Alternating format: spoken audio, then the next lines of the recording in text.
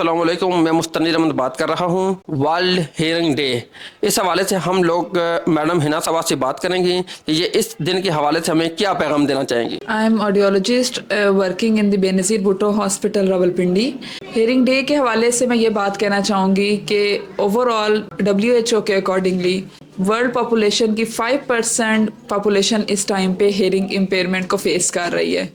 Hearing impairment की degree different हो सकती है। This can be either mild और प्रोफाउंड, और मिड वे में भी आपकी हेयरिंग लाई कर सकती है। अब हेयरिंग इम्पेयरमेंट को दूर करने के लिए हमारे पास दो तरह की ट्रीटमेंट होती हैं।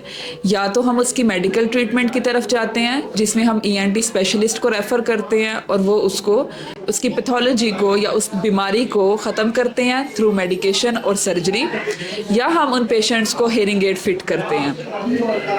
हेयरिंग एड मोस्टली उन पेशेंट्स को फिट किया जाता है जिनको सेंसी न्यूरल टाइप का हेयरिंग लॉस होता है। सेंसी न्यूरल हेयरिंग लॉस ऐसा लॉस है जिसमें नसों की कमज़ोरी कहा जाता है।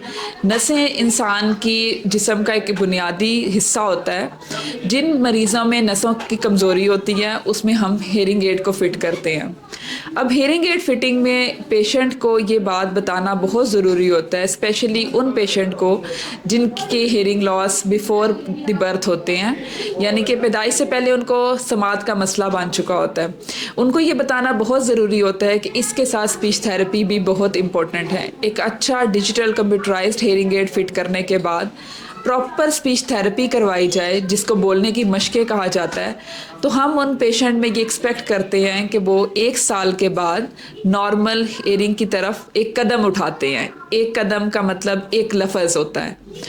अगर उन पेशेंट को हेयरिंग एड से फ़ायदा नहीं हो रहा, जैसा कि profound degree of hearing loss के पेशेंट होते हैं, तो हम उन पेशेंट को एक इम्प्लांट की तरफ सजेस्ट करते हैं जो कोक्लियर इम्प्लांट कहलाता है। ये इम्प्लांट सर्जरी करके पेशेंट की कान के अंदरूनी हिस्से में फ़िट कर दिया जाता है, और फिर उसके बाद भी हम पेशेंट को यही गाइड करते हैं कि प्रॉपर थेरेपी करवानी बहुत ज़रूरी है।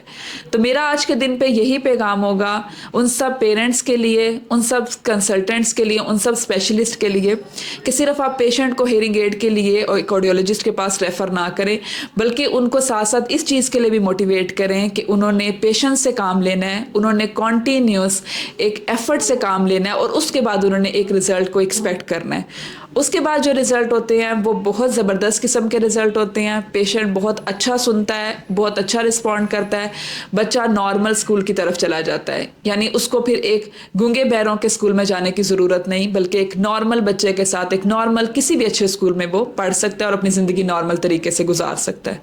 तो मेरी गुजारिश यही है कि जो भी पेरेंट्स, जो भी कंसल्टेंट हैं, वो हेयरिंग एड पहले तो फिट करवाएं। इस डिलेमा को ख़त्म करें कि हेयरिंग एड नहीं लगवाना, और स्पीच थेरेपी करवाएं, और उसके बाद एक अच्छे रिजल्ट को एक्सपेक्ट करें।